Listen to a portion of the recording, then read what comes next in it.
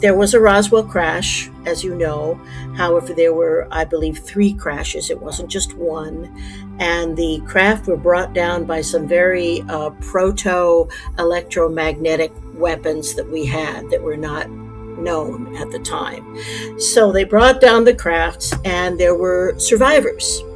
Now, these beings were what we would call grays, classic grays, small bodies, big heads, big eyes, not really necessarily genetically related to us in any kind of big way. And they had come from a binary system called Zeta Reticula, which has also been speculated about.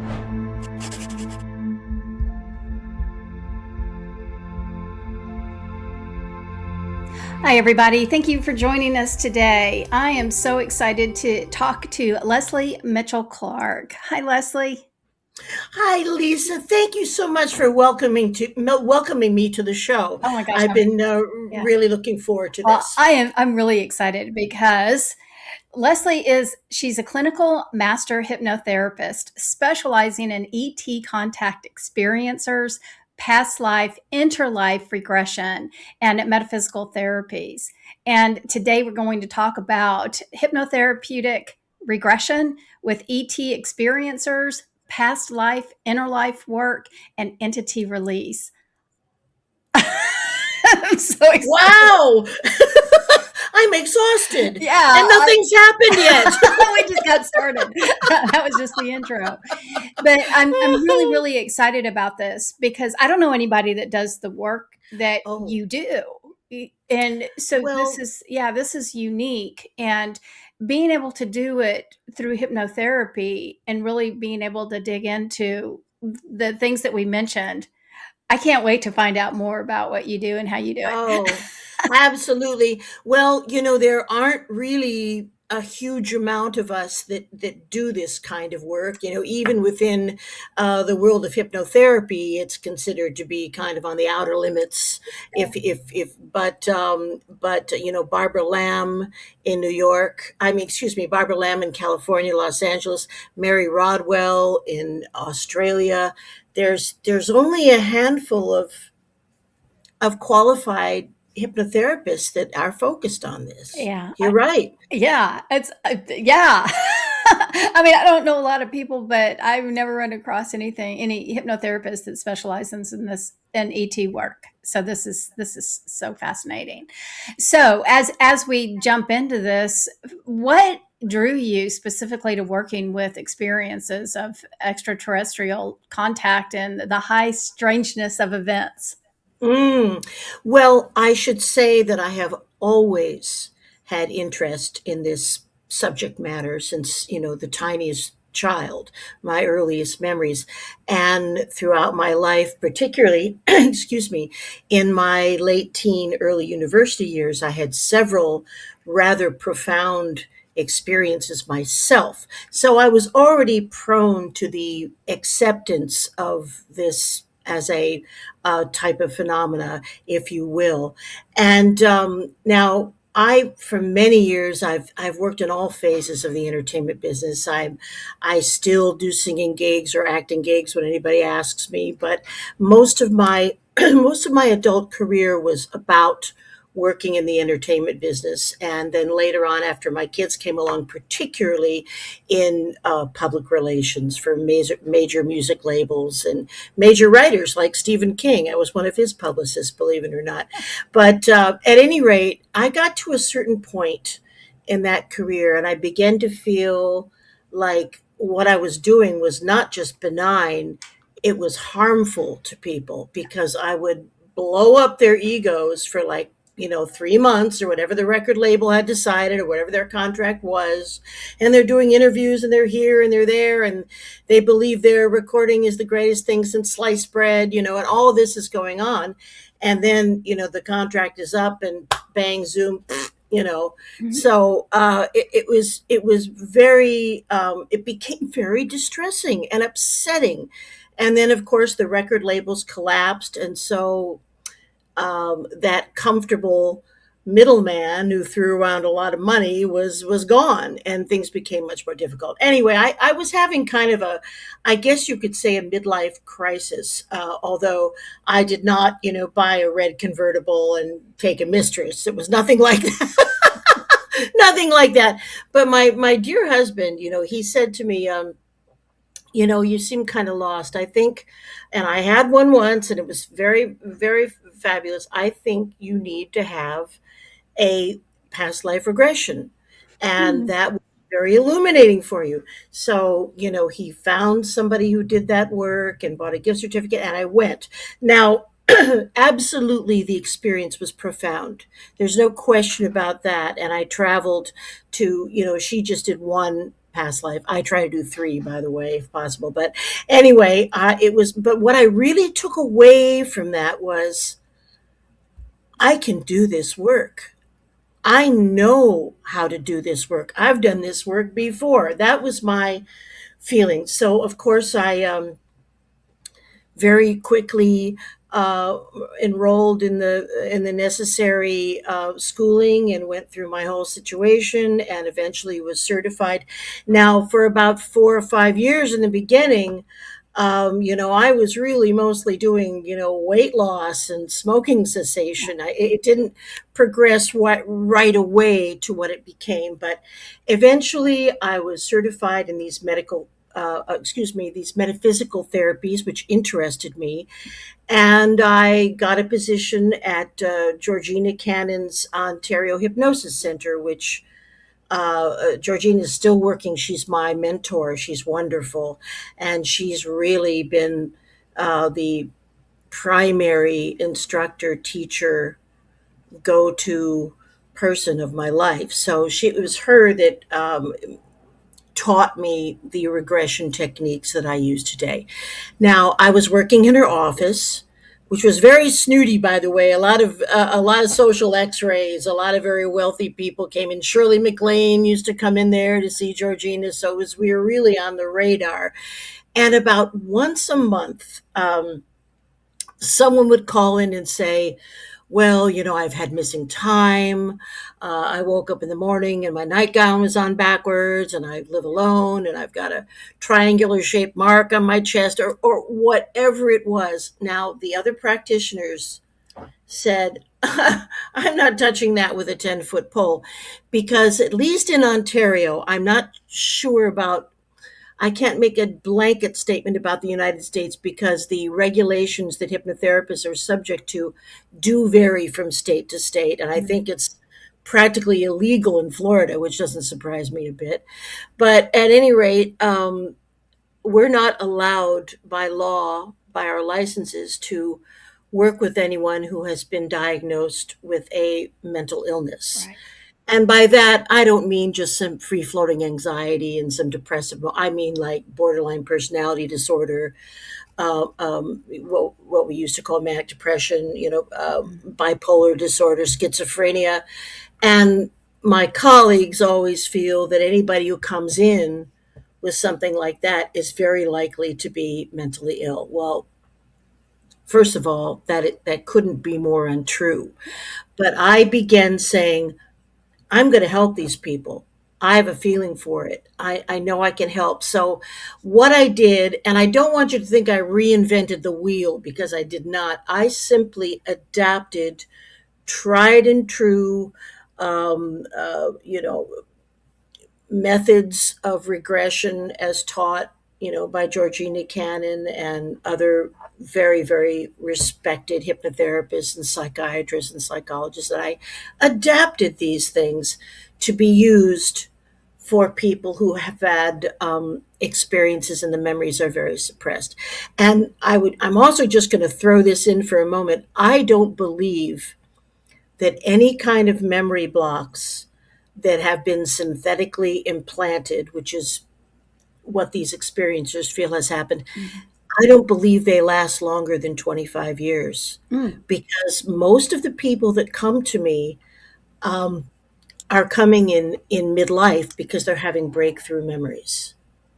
So that's we can always get to it. We may not be able to get to it immediately, but it's not a forever condition. And I honestly think that the ETs feel that they're doing a service by suppressing the memories, because they don't understand how curious we are, and what suppressed memory does to us chemically. They don't really get it.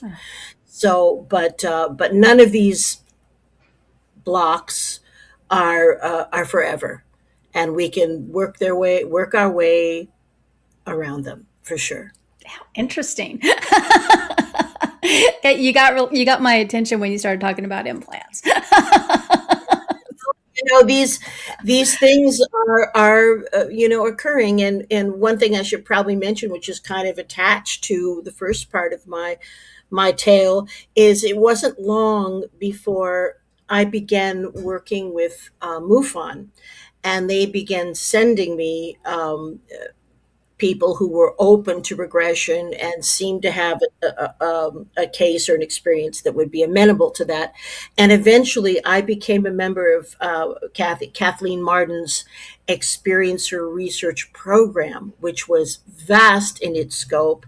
It went on for 10 years, and I'm really proud to say that I worked with many of those people who helped provide this incredible information. And at the same time, I did also do some work for the late Dr. Mitchell.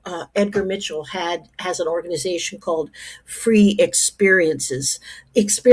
I'm sorry, which is now, I think, run by Ray Hernandez. But they had a similar program going on also for 10 years, and the data that we both received was confirming of each other. We got basically the same information. Interesting. Okay, so you mentioned MUFON. Tell people what MUFON is. MUFON is the Mutual UFO Network, and they are global, really. Although each country has a version. I'm active with MUFON Canada, but they are basically, what they are doing is they are recording and taking evidence. They will go out and look for evidence. They will interview people, but it is essentially a kind of a fact-based or reality-based kind of logging of all of these events. It's not always it doesn't always include what I would call, the personal element, or follow up, for instance. Mm-hmm. Although that may be unfair. It may be that some investigators do conduct follow up, but there's no global uniformity in that sense. So each country kind of runs its own system, but it's a reporting and investigation network, the Mutual UFO Network, MUFON. And you can just Google that, and no matter what country you're in, you can find a website and someone to contact. Awesome. Yeah, so that's fabulous. So what do these organizations do with this information? Because the reason why I'm going down this little rabbit hole is because we rely on the government's disclosure. Us in America. Anyway, it's like, okay, so everybody's denying it. Oh my God, so many people have seen UFOs, have, had these crazy experiences, but it's not official until the government says it's official. Well, I can tell you none of this information is shared with the government. Okay. None of it. It is protected under the same kind of doctor-patient privilege that would happen if you were sitting with a counselor, or because we're all vetted and we're all certified. So none of it is shared with the government. I personally do not believe that disclosure is going to happen through anything related to the government, especially this syphilitic ball of evil that's going on now. Yeah. I don't expect anything truthful to come out. Yeah. Yeah. of any aperture. Yeah.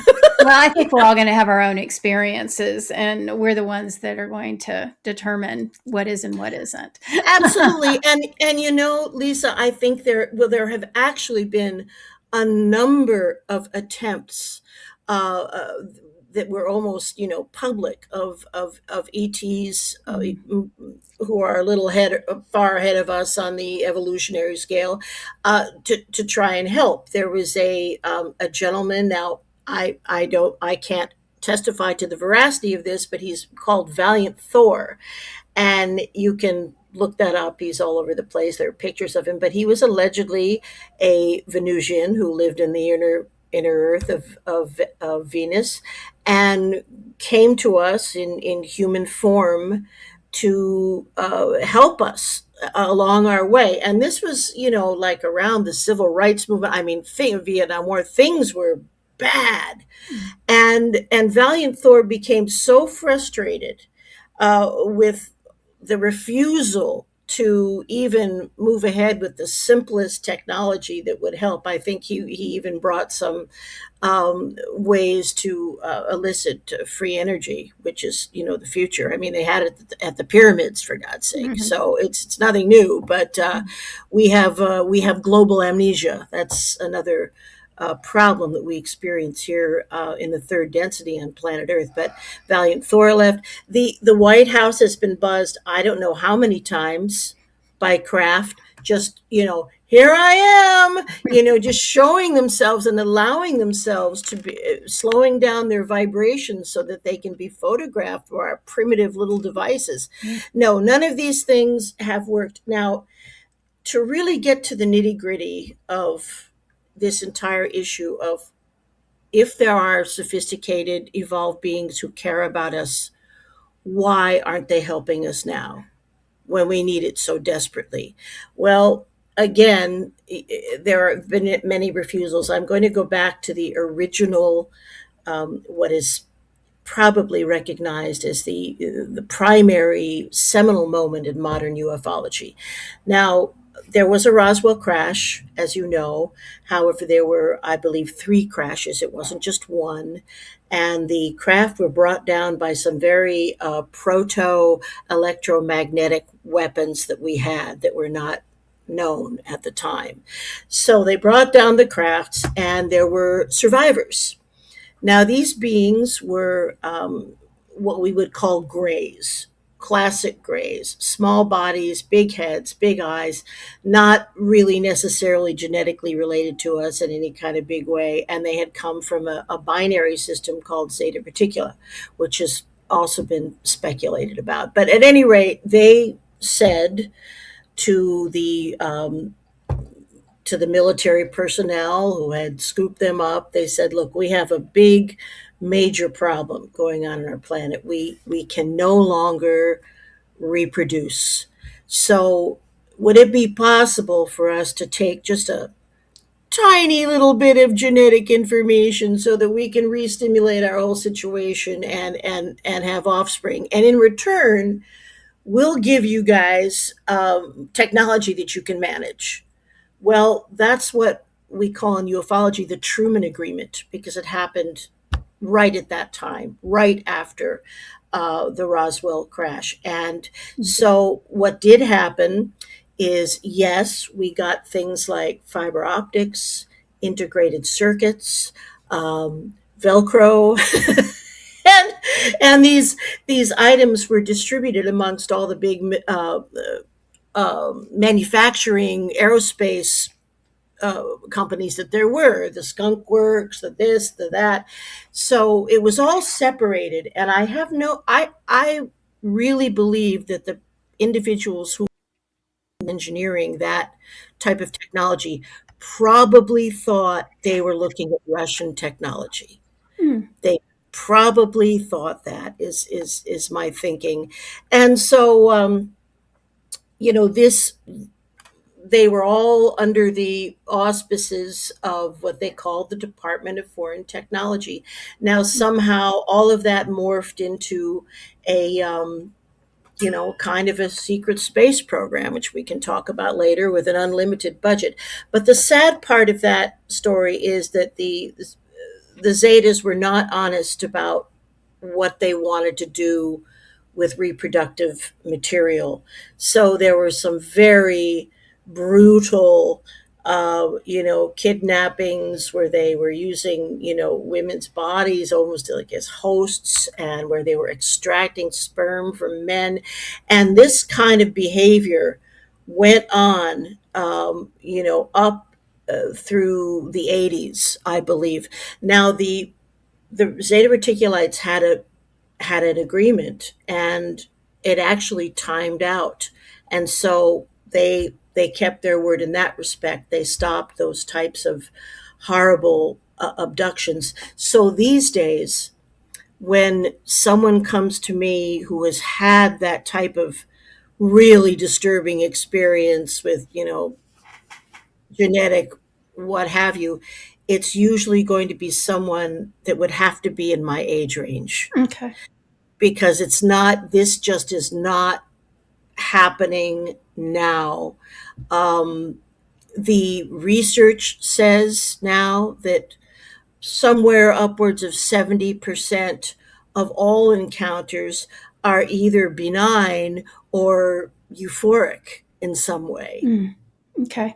Okay. So, just out of curiosity for my listeners, where did you get this information? Was this from MUFON, or is it from? Oh, from various sources, but there Okay. is an incredible book that goes into great detail about all of this, written by the now passed away colonel who is in charge of the foreign technology Okay. department. The book is called "The Day After Roswell," and the author is Colonel Frank Corso, Corso. So anything that you want to know about that time and how it happened, and he's going to talk about the bodies. They say it's great detail in there, but at least some of that information comes from that source and other confirmations. Okay. And just because people are going to want to know where you got the information from, so I just want Mhm. to make sure that Oh they yeah. know. And again, the book is fabulous to know because it's a resource for all of us to be able to go to. Hmm. Yes, it should be. Yeah. So so these questions may not really go in order, but I, Okay. I, it's like I'm trying to, I want people to understand that when you're doing a hypnosis session, what is the most common theme that comes up that you see repeated? And, like I do Akashic Record sessions, and a lot of times I Hmm. see the same kind of theme or the same story, Hmm. that's applied to whatever the question is that they're asking. So when you have somebody in a hypnosis state, is there something that comes up repeatedly that you can share with us? Oh boy, there are a lot of things that come up repeatedly. First of all, I'm just going to put it out there. I don't believe that there is such a thing as someone who's had only a single experience. Hmm. When we get in there and get into the subconscious mind, and I move people around in their lifetimes, invariably there are experiences, benign often, that begin around age 3, something like that. Mhm. There is some recollection, but of course, with the miracle of hypnosis, you can talk about what the 3-year-old person saw. Mhm. So that is a commonality. Now, also, a commonality, I think, is that certain groups of ETs may be interested in a genetic connection. I believe that there were previous civilizations on this earth that had a lot to do with our current Homo sapiens sapien being, and certain traits like Rh negative blood, for instance, that are so rare. These and other things like that seem to be attached, or could be attached to a bloodline that goes back to the progenitors. And the reason that I say that, this is just my own research. Many people have speculated, but invariably, when people feel comfortable enough to talk to me about this, they will say, well, my mother had this experience, my sister had this experience, my grandmother had this experience. In Europe, my great grandmother had this experience. So um, it tends to be very, I don't want to say common, but at least often a situation of some type of heightened psychic ability that travels genetically. And I do think, in a certain sense, that at least some of the ETs that have trouble like physicalizing and using, language, which seems very backward to them, I think that they are looking to communicate with people who are capable of telepathic communication. Um, it makes sense to me. I mean, say you're Jane Goodall and you've discovered a new primate series, a species rather, in Africa, and about 20% of these primates have humanoid epiglottis and can actually form words. Wouldn't you spend your time communicating with the more evolved primates, Yeah. right? That can actually I think it's a bit like that. Now, the phenomena of contactees, experiencers, seems to cross all financial, cultural, social lines. So I have seen people who are on the dole and barely functional. I have had judges and attorneys. And if there's one profession, though, that seems to have a preponderance, and no one has ever expressed this before, but I can tell you from my records and going back in my records, a lot of educators and healers. Mhm. So now this comes in to, I think, something that is going to groove right into the Akashic records. It's my belief that many of the people who are here on planet Earth in the third density, reinitiating contact, are acting on agreements Mhm. that they made while in the interlife Mhm. to come into physical form and assist with the awakening, the transition that is imminent as we move to a higher vibrational level. This is how races and beings evolve. I don't think all of us will evolve at the Mhm. same time. I don't think it's going to be anything that dramatic or crazy, but definitely once the majority of the people on Earth are vibrating in a certain way, it will change everything. And and this is a thing that is part of one's plan, part of Mhm. one's karma. And also, and this is a thing that I discovered, getting into this regression work. There are beings that have had lifetime, there are human beings, people in human form now, who came to me, who have recalled lifetimes on other planets Mhm. where they're similar beings. I mean, nothing too crazy, but we are apparently in a soul group that does embrace many beautiful variations of what we are. Absolutely. You're saying my words. I have said exactly how you have described it over and over again. Um, and the thing what you said that I want to emphasize is that first of all, we agreed to be here. And I have seen it, I understand it, and usually those of us that are a little bit further down their path, because yes, I've seen that we're evolving to this higher frequency Mm-hmm. and Mm-hmm. waves. They call the people that are moving into this now is we're the first wavers. Mm-hmm. We're the ones that are like, okay, we don't know what the heck we're doing, but we're gonna jump into those humans and we're gonna We're we're, going. we're gonna help Listen them up, boys. help them change.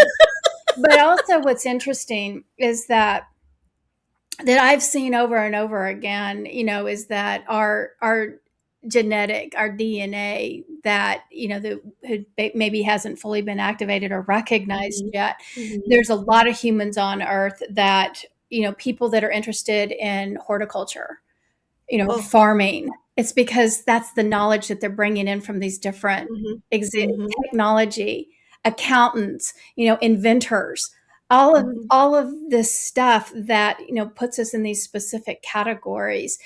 That's I right. have recognized have come from our different experiences, and whether it's, and I always see it's basically our galactic DNA that is Yeah. being amplified to create the knowledge, the interest of what we already know that we gained from a different existence, a different planet, different lifetime, and we're bringing Yes. it to Earth to help evolve Earth to what we already know.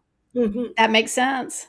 Makes complete sense to me. Yeah, yeah, It makes complete and total sense, and we're in the process of that. In fact, my next book is going to be called Midwives of Disclosure, ah, and it's about some of the prominent people. God, I'd love to talk to you for this book too. Some prominent people who are involved in this movement, yeah, uh, in various ways. So yes, we're all here. We are here by choice. And again, so that's why, I don't like to hear a lot of belly aching about people's parents, yeah, bitching and belly aching, yeah, especially my age. yeah, I don't want to hear about it because for, for whatever reason, we selected those people to come in through. Now, maybe the father was nothing more than a sperm donor. Well, like, so what? yeah, There was something that was needed. We have a responsibility. We have to take part of it, uh, and be able to then, if it was a traumatic childhood, work through it and put it in place. But we also have to take responsibility because, in the big picture, it is a universe of free will. yeah.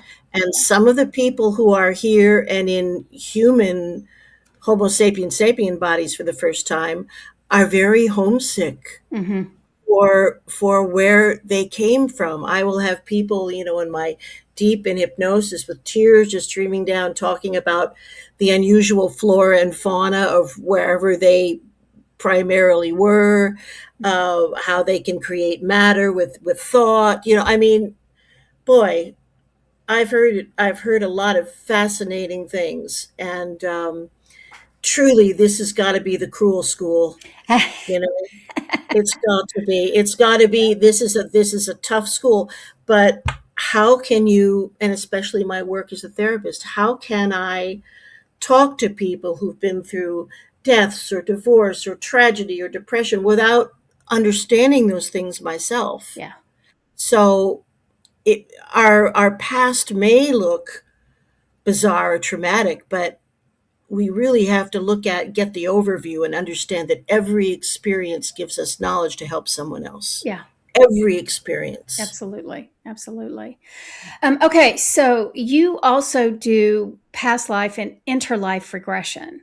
Hmm. How often do these metaphysical therapies intersect with ET contact experiences in your client session? That's it. Well, we did talk a little bit about. That's funny. That's interesting. I would say that if I have an experiencer and come to me who is in touch maybe a little bit more than the average person with that aspect of their life, we will probably recall at least one life which explains and connects, Mhm. who they are, where they're from, why they're here. And even if someone comes in just to, without any idea of any kind of extraterrestrial past, just a person who may not even accept the idea of reincarnation, but is curious and open to it, that's Mhm. fine. So even in that situation, if the subject, if the client is supposed to know about something from their past that has to do with that issue, that's the life that pops up. Mm. So I can direct people. In other words, like if someone comes to me and says, "Oh, I'm I've been obsessed with ancient Egypt since da da da. I can gently, once I get them into the deep trance and I've moved them around in their life just to kind of oil up the works, as it were, I can direct them to a specific time space. But generally, I like whatever needs to pop up to pop up. So a past life regression can often reveal a another lifetime in an ET body in some other world. It's quite common, at least for the people that come to me, but I think it's quite common in general. Mm-hmm. I really do. Yeah. So we get a lot of that. Now, the interlife regression, which is now that's for me, that is really fascinating, and I don't get enough requests to do those. It's but what that involves is we quickly take someone back through their most recent life, and through the death experience. And when we're bringing someone through the death experience, it is always done with them without them experiencing any kind of pain. They're an observer. Mm-hmm. So there's never any reason in hypnotherapy for people to go through angst and pain and fear. Okay. Because if any of that starts, I can immediately turn them into an observer, and that's the end of that. So we bring someone back to their most recent life, and then as they pass out of that physical body, then we explore where they are. Now, we call it the interlife. You could call it heaven. I personally think there are many vibrational levels, and the level we go to after the physical body dies is not that far from physicality, but it is another dimension, so to speak. So during that time where people are in the interlife, there was a wonderful, wonderful psychiatrist named Michael Newton who developed much of this about interlife regression, but he discovered that people experience certain commonalities. They when they first cross over, they meet valued friends and family. Um, they can go. This is like in in that wonderful film with Albert Brooks, the Past Life Pavilion. I mean, they can go. They can go to a area where they can view or experience or examine their past lives. Um, there are usually like some social functions. I'm not kidding.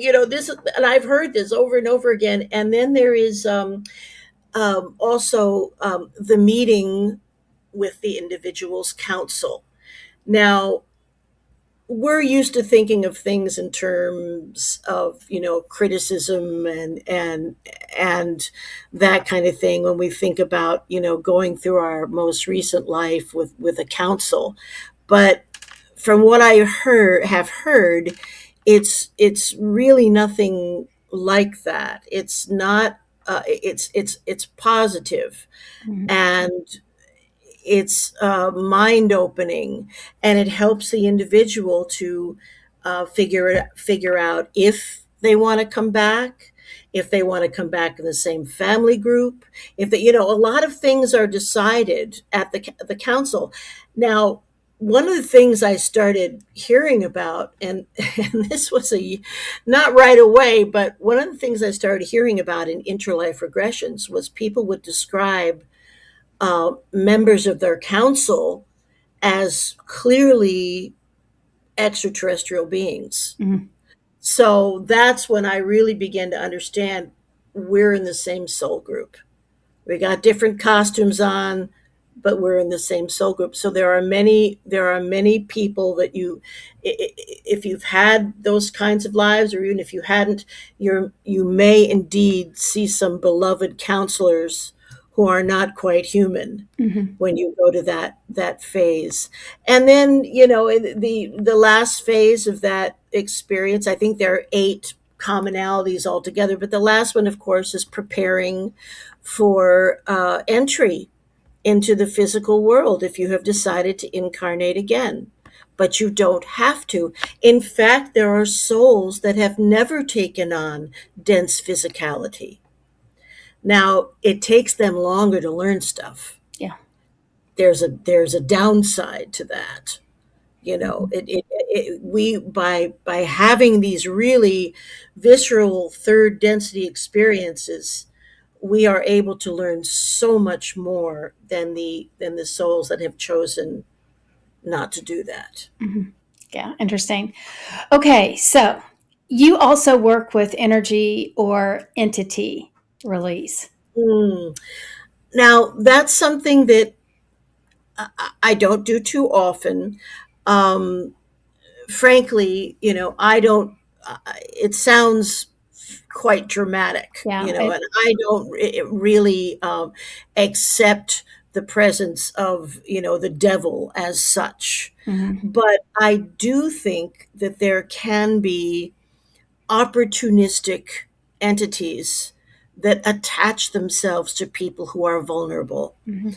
Um, Now, you could even call that jinn. You know, they seem to be ultra dimensional. Not I'm not talking really about discarnate humanoid spirits. I'm talking about some levels of existence that are vibrationally low, and these are creatures, beings that predate human presence Mhm. on the planet, and they were never physical. So that's the kind of thing we're talking about. Now, what makes a person vulnerable? One of the biggest things is drug Yeah. use. You know, and sometimes when, you know, these poor souls that are really struggling with these issues, when I see them, because I do have a bit of sight, I certainly wouldn't call myself a psychic, but I'm a little bit sensitive. And sometimes I do see individuals' auras. And if they come and they have been struggling with addiction, their auras look like Swiss cheese. Mm. They're just like full of holes. And with individuals that are involved in toxic relationships or self harm, or you know, you're going to see dark colors. You're spots of black, like black confetti, all kinds of ways it is represented. Um, so the process, the way that the process I was taught works is we isolate the being. We get someone into hypnosis, into a good trance, and we begin talking to whatever the attachment is. And we have it identify where it is hiding in the body. Mm. Um, and once we do that, we engage with it and we literally convince it to go. We get it to go, to unstick, to go, to leave that person alone.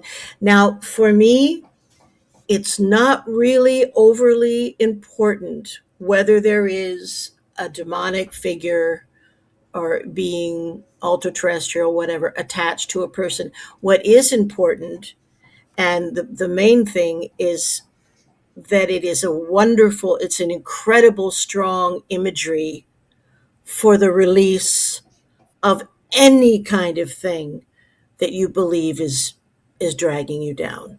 Mhm.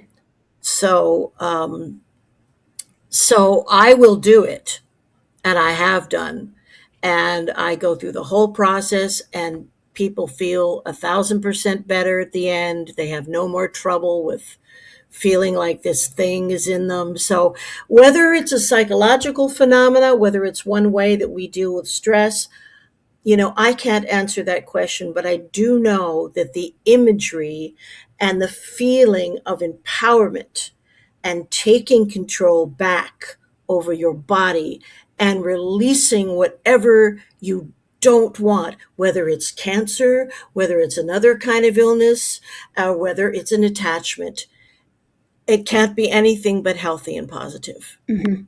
Okay, good. Good to know. Okay, so let's jump back to the ETs. Yes. Whoop. Okay. So for those who are listening, who may suspect that they've had contact, or because I have this happen a lot too. When I'm having sessions with people, they talk about they miss time. Like Oh, there's, missing time. yeah, like that they don't know what happened, but they can't remember. I mean, Hmm. and I also want to talk about, this isn't my whole question, but being people that are like missing sections of time, like maybe you understand, like short periods, maybe they're Oh, missing a yeah. day or two. Yeah. But for Yes. people that can't remember like their childhood, is there a difference in that? Yes, because now I've encountered this, and from my perspective, I'm not sure that there is a way to go around what I'm about to tell you until the person has had a significant behavioral help. Um, if someone has had a traumatic childhood with abuse, corporal punishment, deprivation, you name it, it is very common for all of that to be blacked out. Now, a person may have had a completely valid experience in the present time, and we might be able to get to some details about that. But when there is a trauma based amnesia, I'm not talking about a synthetic, memory block. I'm talking about a real heavy duty issue.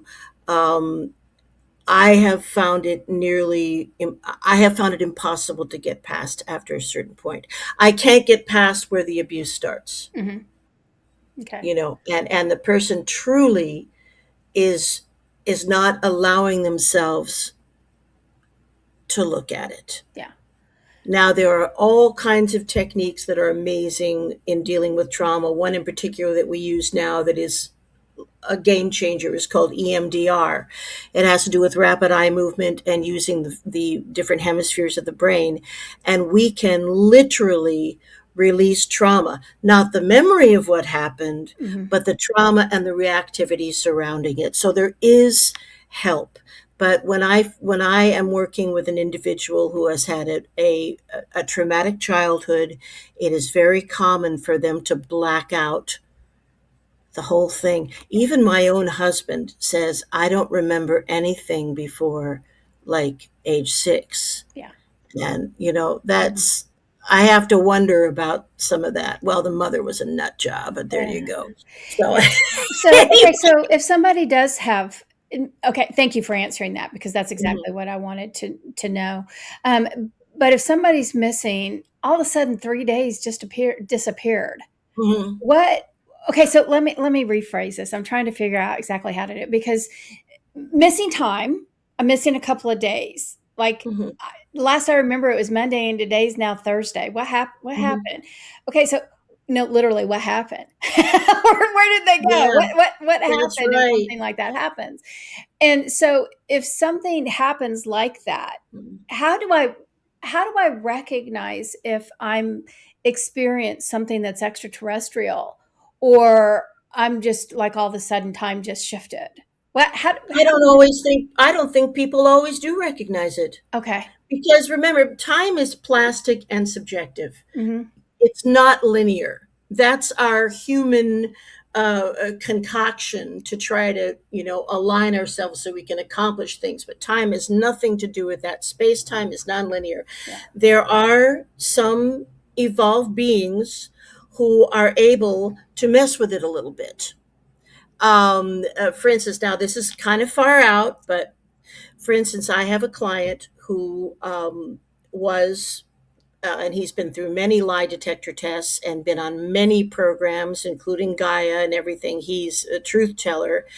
And he was really involved in a cadet program, which later morphed into what we would call a super soldier kind of situation. Yeah. So when he was a boy, and another commonality that many experiencers share is they lived on military bases, and they are the children of officers and military workers. So he lived on the base, and when he had to be taken for some type of exercise or experiment or learning situation, whatever it was, like an officer would come in to his classroom, hand a note to the teacher, and he would leave. And then he would go have his whatever, his testing, his learning, his whatever it was, which would seem to take a whole day, 2 days. There was no way it could go on a really long time or a really short time. And then suddenly he would find himself back in his classroom at exactly the point where he had left. Oh, Yeah, so there is that. And even within our own reverse engineering type deal, there was of course the Montauk chair, which many people have talked about, which was basically a kind of a time travel device. So time is not linear, it's apparently more like bands. yeah. Yeah. So time can be messed up in that way. However, there are those occasions where, well, here's another story. A client of mine, he was a highly regarded professor at UT in several subjects. And he recalled coming back from a family holiday from Quebec, just northeast of us, and they were driving along in the family station wagon. This is a long time ago. No seat belts. The father's smoking. Little tiny cracked window is open. This is the way we grew up. God, we survived. I don't know how, but anyway. So they're driving in the family station wagon. Now, all of a sudden, the father, who has become non-communicative, turns off into an unpaved road in the middle of nowhere, and it's pretty bleak out there. It's where Betty and Barney Hill, by the way, were abducted coming back from Montreal. So anyway, they pulled down this road, and my client said what he thought he saw. He thought he saw a bunch of Cub Scouts on bicycles traveling next to the car. But he said, well, he's telling himself, well, this doesn't make any sense, but that's what he was seeing. So, so then at one point, he does see that there are beings, and they're flagging down the car or stopping it, I think. And then the scary part, the father was out unconscious. The mother was unconscious. They were both dragged into the craft, which was right there. And then the children, I think there were four of them in the back seat, were pulled out through the open window just through some type of anti-gravity device or beam or what have you. Mm-hmm. So, I could go on. Nothing painful or bad happened to them in his memory, but it was just so upsetting because the kids weren't knocked out, but the parents were. And he even remembered, seeing his brother on the exam table next to him, and his brother was freaking out. It was very traumatic, just being taken in that way. And so eventually, he doesn't quite remember this, but they all come to in the car, and the sun's coming up. And so this incident happened really just as it was dark the previous night. But I think the really fascinating part is when they got home, they realized they'd lost like 5 days. Oh, yeah. Yeah. So, okay, so what are some signs that people could, what are signs that you've been abducted or had an ET experience? I don't know if I want to say abducted because that sounds so traumatic. I don't really use that, except for the Zeta Reticuli and what they did. Yeah. Well, I think there are a few. Let me rephrase that, because again, I don't want to narrow it down just to say abduction, because what if I just have an experience with an ET that may be very loving and caring. What are some signs that I've had any type of experience? So what would make me question, or I think this is what happened. I don't, but I'm not sure. But there's some weird Mhm. things, like all of a sudden I have a birthmark that I've never had before, or Mhm. something like Mhm. that.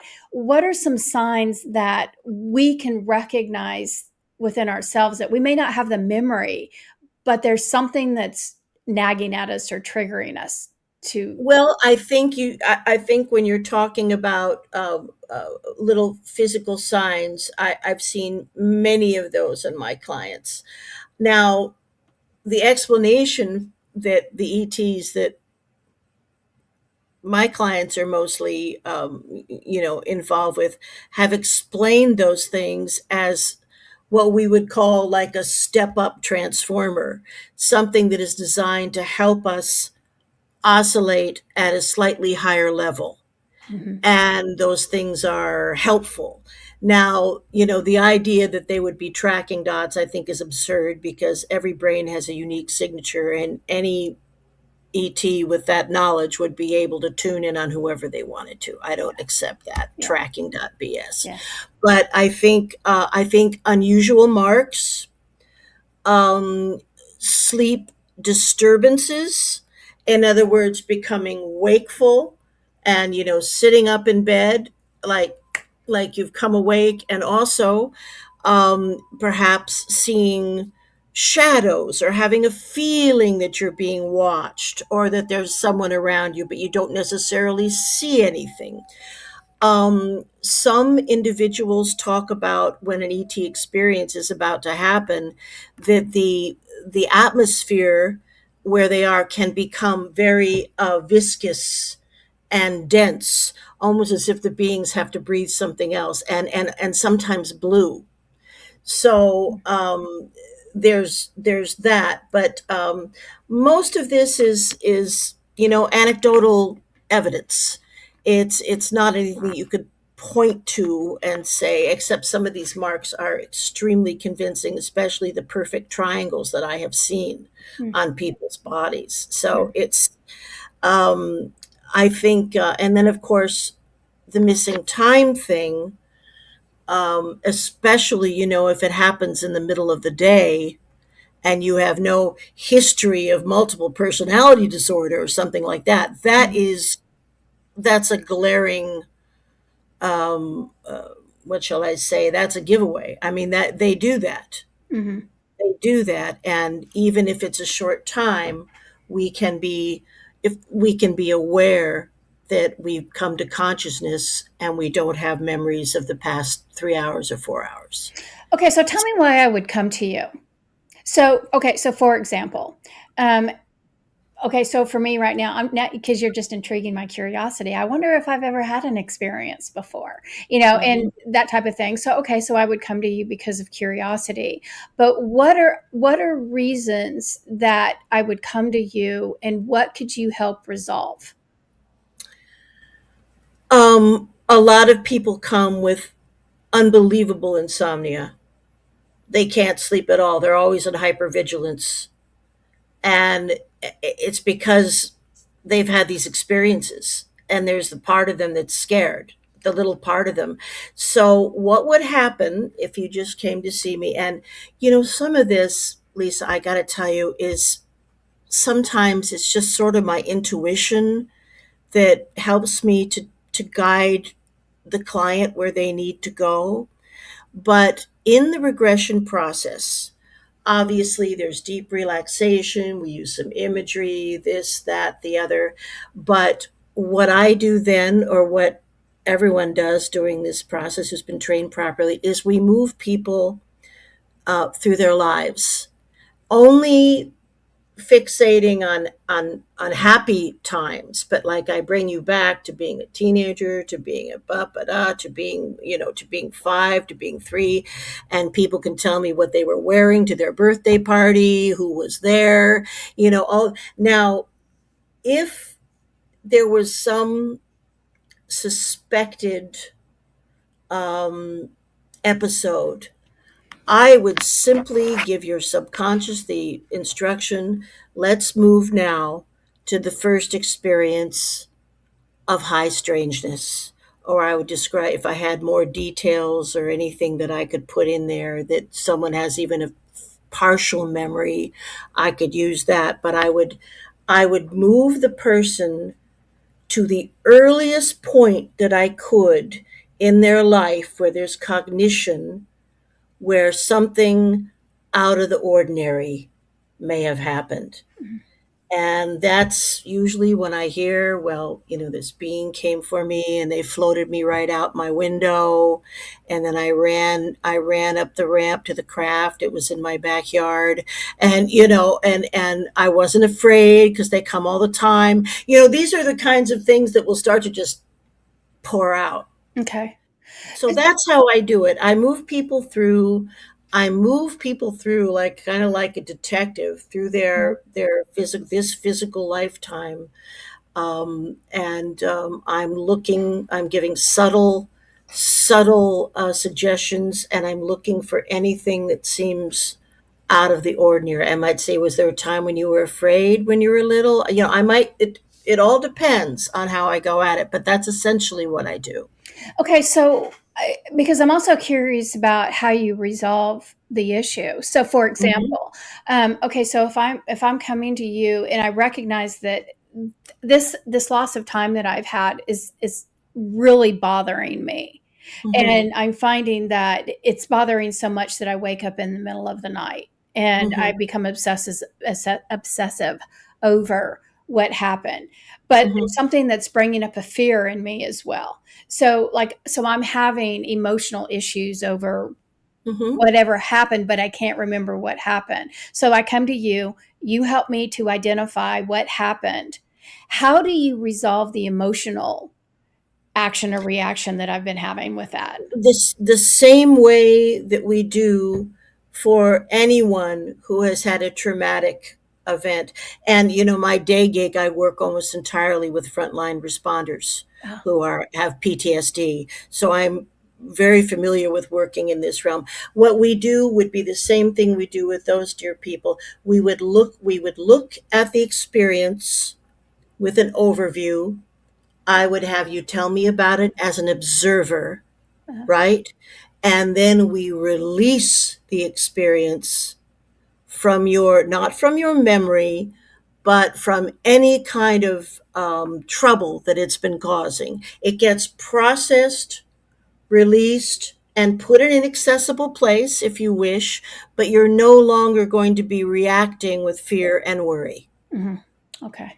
And we can use EMDR for that too, which I Yeah. just mentioned. Yeah. That's good for any type of Dr. Botkin's process is good for any type of trauma. Yeah. But yes, that's we. I am essentially, Lisa. Essentially, I see myself as a healer, an esoteric healer, but a healer.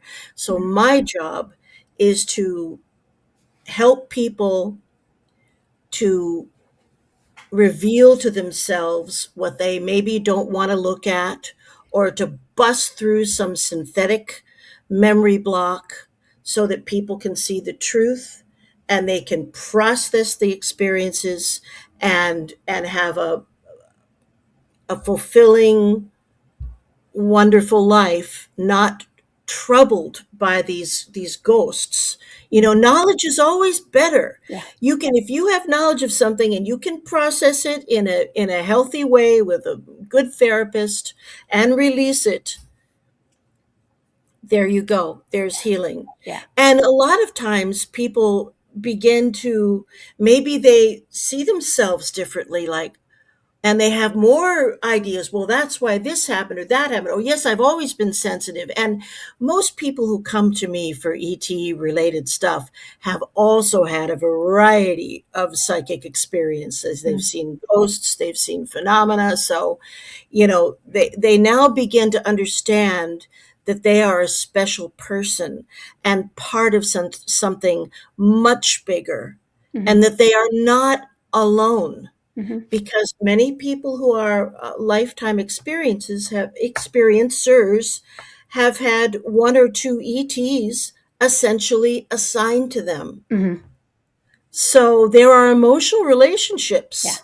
Yep. And, sometimes I've had people who are in that age group of the Zeta Reticulite genetic experiments. Sometimes I have had people shown their children, Mm-hmm. hybrid children, and that is one of the most deeply emotional things. I've had men, big, strong men, just crying because they are so sad that those are their children and they can't, have them. Yeah. Yeah. Yeah. So it's complex, but it's something that can be untangled and soothed and healed with love and patience. So I know this is a very, like, just throwing a dart at this, but how many humans do you think have actually had ET experiences? Like, what percent? Edge. Well, the the estimate now is 3/4 of the people on our Yeah, planet. I believe so. I think That's so. it. The figures gathered by MUFON and their research, and also free experiencers, points to a figure of people who file reports at around 14 million, Mm, and that's the size of New York City. yeah, So those are the people making reports, yeah.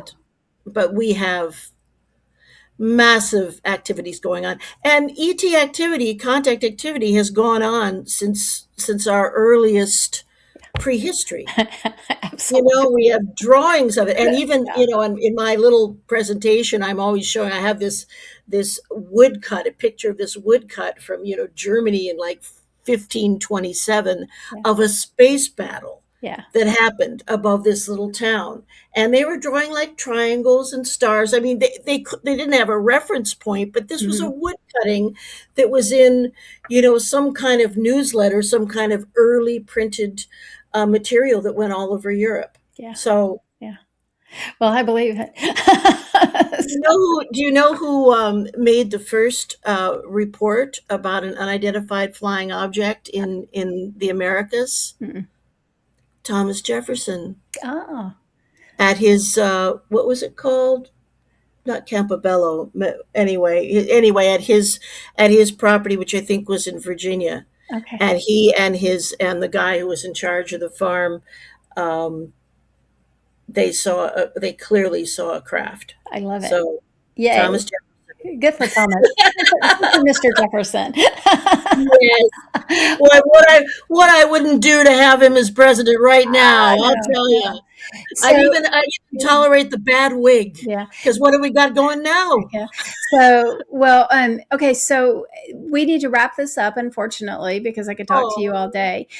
So you are going to be at an event in San Diego in September. Can you tell us a oh, little bit about yes. that?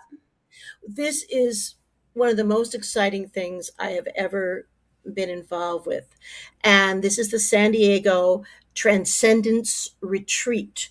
And it is September 19th and 20th, and Mhm. it's taking place at a beautiful resort, the Catamaran Resort, which is in Mission Bay in San Diego.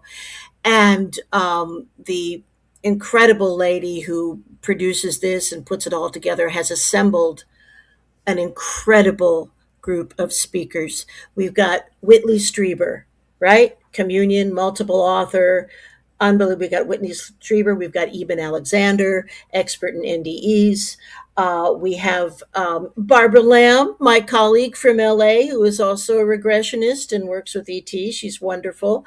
We have, and also we have Daryl Anka, who channels the entity called Bashar. And so it's going to be an incredible 2 days of presentations. And I think it's going to be, when they call it the Transcendence Retreat, I think that's what's going to happen. I think with that group of people, I think that there will be so much knowledge, so much positive vibration that, everybody is going to have a transcendent experience. Yeah. Well, We're awesome. going to open the doors Yeah, as best we can. absolutely. Yeah. So for you guys that are watching, check that out, and hopefully you guys can make it. But in the meantime, if you can't make it to San Diego, how do we get a hold of you? What's your website? Well, you can always get a hold of me at Lightwork Hypnosis, all one word, lightworkhypnosis.com. And there's a form, there's a little wee form, and I always get back to everyone. So it may take me a minute or two, but even if you just want to chat, even if you just, wow, this thing happened and I really don't know, and what can you tell me? Mm. That's completely cool. I am here to help anyone through these experiences or to identify them. So please do get in touch through my website. Also, my most recent book is called Intersections, A True Story of Extraterrestrial Contact. And you can get that on Amazon.com or wherever you Amazon. Okay. Awesome. Awesome. Okay. And if you guys didn't catch the website, all you have to do is jump over to this video description, scroll down to the bottom of the description, and I will have her website listed there. And Lesley, thank you for joining us. And you Oh, guys, thank you for watching, and I'll see you next Monday. thank you, Lisa. Thank you so much. Bye for now.